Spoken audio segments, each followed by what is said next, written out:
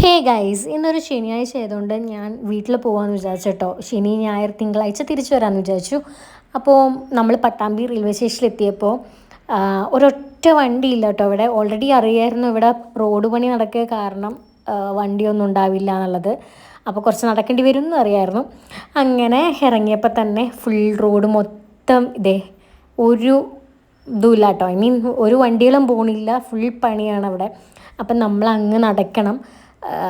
അപ്പോൾ ഞാൻ വിചാരിച്ചു നമ്മളെ സ്റ്റാൻഡ് വരെ നടക്കേണ്ടി വരുന്നു. പക്ഷെ അങ്ങനെയല്ലായിരുന്നു സംഭവം. നമ്മൾ പട്ടാമ്പി പാലം കടക്കണം കേട്ടോ. ഈ ഗുരുവായൂർ, എടപ്പാൾ അങ്ങോട്ടുള്ള ആ സൈഡിലോട്ടുള്ള എല്ലാ വണ്ടികളും പാലത്തിന് അപ്പുറത്താണ് നിർത്തുക. അതുപോലെ തന്നെ ഈ പള്ളിപ്പുറം അങ്ങോട്ടൊക്കെ ഉള്ള ലെഫ്റ്റ് സൈഡിലോട്ടുള്ള, അതായത് സ്റ്റാൻഡിൻ്റെ ലെഫ്റ്റ് സൈഡിലോട്ടുള്ള ഭാഗത്തേക്കൊക്കെ ട്രാൻസ്പോർട്ടേഷൻ അപ്പുറത്താണ് തോന്നുന്നു, സ്റ്റാൻഡിൻ്റെ അപ്പുറത്താണ് ബസ്സൊക്കെ നിർത്തിയിട്ടിരിക്കുന്നത്. കുറച്ച് പേരൊക്കെ അങ്ങോട്ട് നടക്കുന്നത് കണ്ടായിരുന്നു കേട്ടോ. അപ്പോൾ നമുക്കുള്ളത് ഈ പാലത്തിൻ്റെ അപ്പുറത്തായിരുന്നു. പിന്നെ നല്ല വെയിലായതുകൊണ്ട് ഞാൻ വേഗം എടുത്താൽ പിടിച്ചുവെച്ചിട്ട് നടക്കുക ചെയ്തിട്ടുണ്ടായിരുന്നത്.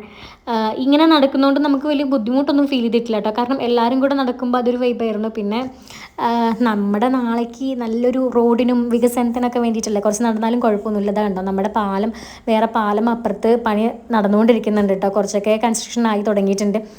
പിന്നെ എനിക്ക് ഇങ്ങനെ നടക്കുമ്പോൾ ഓർമ്മ വന്ന് മെയിനായിട്ട് കഴിഞ്ഞ മഴക്കാലത്ത് പാലത്തിൻ്റെ മേലെ വെള്ളം കയറിയിട്ട് പാലത്തിന് കുറച്ച് ഡാമേജ് ആയ സമയത്ത് ഇതുപോലെ വണ്ടിയെല്ലാം നിർത്തി വെച്ചിട്ടുണ്ടായിരുന്നു. അപ്പോൾ അപ്പോഴും നമ്മൾ ഇതുപോലെ ഇങ്ങനെ പാലത്തിൻ്റെ കൂടെ നടന്നിട്ട് അപ്പുറത്തേക്ക് കടക്കുക ചെയ്തിട്ടുണ്ടായിരുന്നത്. പിന്നെ കുറച്ച് കഴിഞ്ഞപ്പോൾ 10 വണ്ടി അങ്ങോട്ടും ഇങ്ങോട്ടും കടത്തി വിടാം, അങ്ങനത്തെ ഒരു സ്കീമായി. കണ്ടോ, നമ്മുടെ ബസ് ഇവിടെ നിർത്തിയിട്ടുണ്ട്. അപ്പം ഞാൻ ആദ്യം തന്നെ നമ്മുടെ എടപ്പാളിക്കുള്ള ബസ്സിൽ കയറി. അപ്പോൾ അവർ പറഞ്ഞു കാക്കരാത്തുപടി വഴി പോളും, അവനൊരിക്ക് പോകില്ല. അങ്ങനെ രണ്ടാമത്തെ ഒരു ബസ്സിൽ കയറി. അങ്ങനെ നമ്മൾ നേരെ വീട്ടിലോട്ട് വരിക ചെയ്തിട്ടുണ്ടായിരുന്നു. അപ്പം നല്ല ബ്ലോക്കും കാര്യങ്ങളൊക്കെ ഉണ്ടായിരുന്നു കുറച്ച്. പിന്നെ ഓക്കെ ആയി.